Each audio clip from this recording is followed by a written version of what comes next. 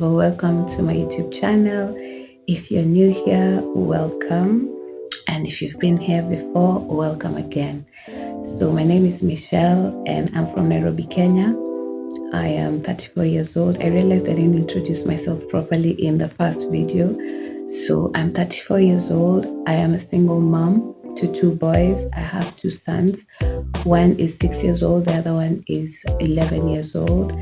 And I am a fashion designer, but I have not been practicing fashion and design. So I want to go back to practicing fashion and design. And I live in Nairobi, Kenya, and I'm a born-again Christian. I want to do a little story time. I want to give a testimony of like those times if anybody has ever doubted if God exists. This is something that showed me God exists. So it was back when my son was really young. My 6-year-old was less than a year old, actually. He was less than a year. And I was still breastfeeding. So normally, if I would go a couple of hours, just a couple of hours, let's say I don't eat breakfast, I don't eat lunch, I wouldn't have any breast milk for him. But I really I wouldn't have any milk for him if I didn't eat for a couple of hours. So at this particular time, I was going through some really tough times, like hard times. I was fresh out of a breakup and it was really tough, and I had just moved back home. So I felt a strong desire in me to do a 7-day water fast. I don't know where that desire came from, but it was a very strong desire within me to do a 7-day water fast. Now I was wondering, if I don't eat for a couple of hours, I don't have breast milk. And now I'm here and I want to do a 7-day water fast. How was I going to do it? And I just decided to make, I don't know if I should call it a deal with God. I made a deal. So I told God, you know that when I don't have meals for a couple of hours, I don't have milk. And now I want to do a 7-day water fast, drinking only water, no juice, no milk, just water for 7 days. I told God, I want to do a 7-day water fast, and I need you to help me to still have milk. I need my supply of milk to not be cut off. I made a deal with God. And I was like, I'm going to start this fast, and I know that my milk supply will still continue. And that's the deal I made with God. So I started on day 1. I started and I did the fast. I went on day 2. I still had my milk. I was drinking water. I had milk in plenty. I couldn't believe it. Day 3, day 4, I had milk in plenty. I was drinking my water. I was praying. I was still breastfeeding my child. Day 5, day 6. Guess what, guys? On day 7, towards the end of day 7, my milk cut off. But it was towards the end of the day and I was about to open my fast. My milk was sustained for 7 good days. Like literally with just drinking water. Before, if I would just drink water and not eat, I would not have any milk. I would have to eat a meal. And that showed me that God is real. That showed me that God, I don't know if it was a covenant, if it was a deal, but God honors these kind of things. And I just thought to share it, and maybe it might help someone, but that is my testimony of the realness and the faithfulness of God. He is real and He is faithful and He is awesome. I have another story. Another time, I have another story. So there was this time that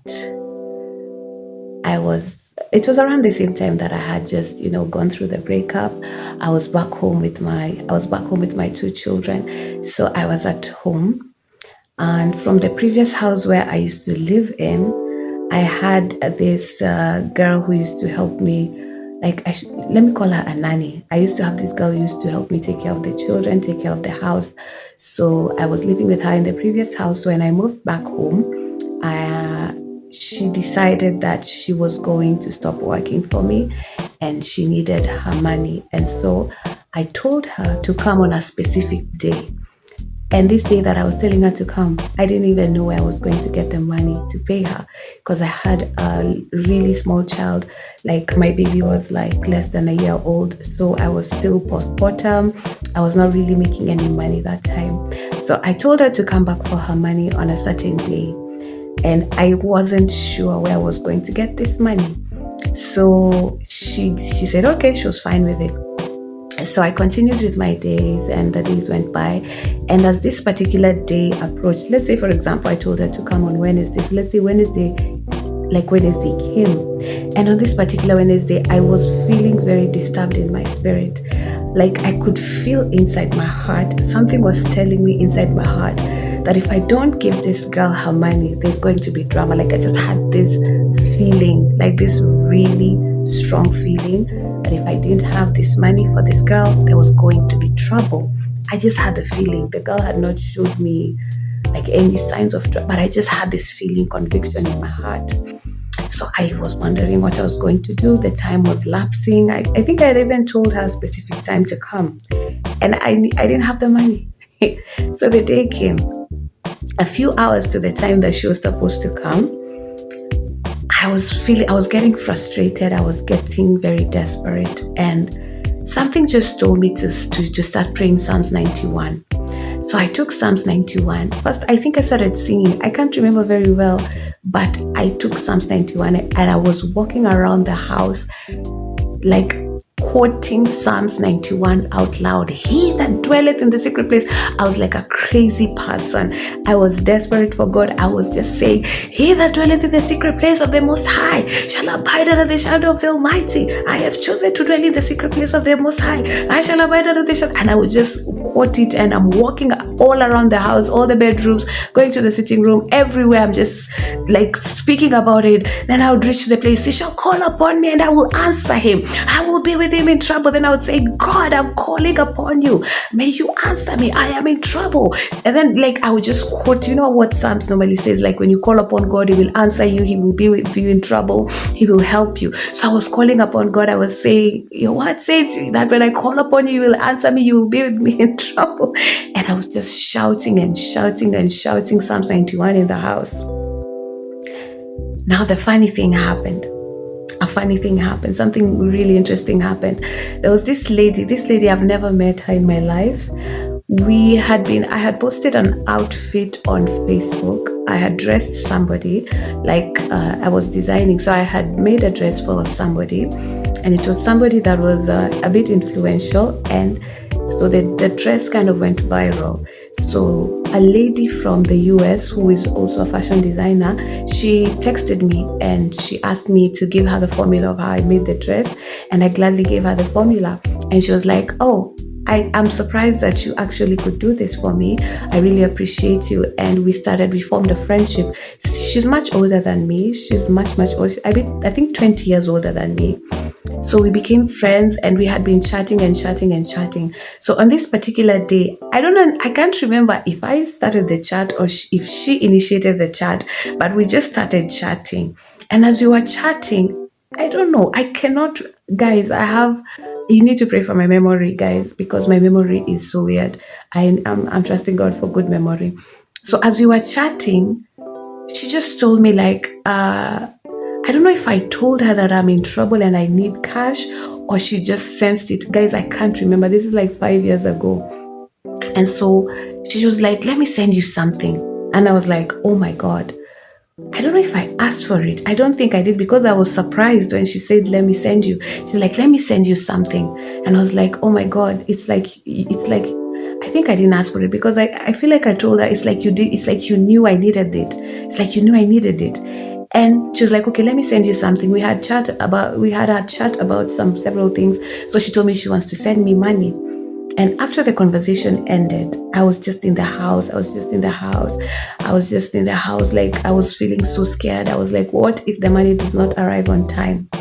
So as I was being worried, I was comforting myself, and I was talking to God. I was telling him, God, do not put me to shame. God, please help me. Do not allow me to be put to shame. And then I had a knock on the door, and I knew it was this girl. This girl had come for her money, and I knew it was her. And I had not received the money. When I had the knock, kong, kong, on the door, I had not received the money. So you can imagine what I felt. Yeah. So now, I started walking towards the door from the bedroom. I started walking towards the door. Right as I was about to open the door, I had a message in my phone. And when I looked at my phone, my friend who I have never met, she lives in the US, she had sent me some money. And the money was enough to pay the girl, and a little bit was left for me to sustain myself for just a couple of days. Like, if that is not God. Like by the time I was opening the door and facing this girl, the money had arrived. And guess what? She had come with company. She had come with a friend of hers. And I just knew this was the trouble I was seeing. Like, if I was to say I don't have money, I don't know what they had planned for me. I don't know what they had planned for me. But God came through for me. And it's just like, this is a testimony of faith. And God really honors faith, and He comes through. And He comes through. He really does. Yeah, so I'm glad that you've listened this far. Kindly subscribe, and if you really enjoyed the story, you can drop a comment. You can give a testimony of how God has come through for you. Drop a comment, subscribe, share, and be blessed. Have an awesome, blessed week ahead.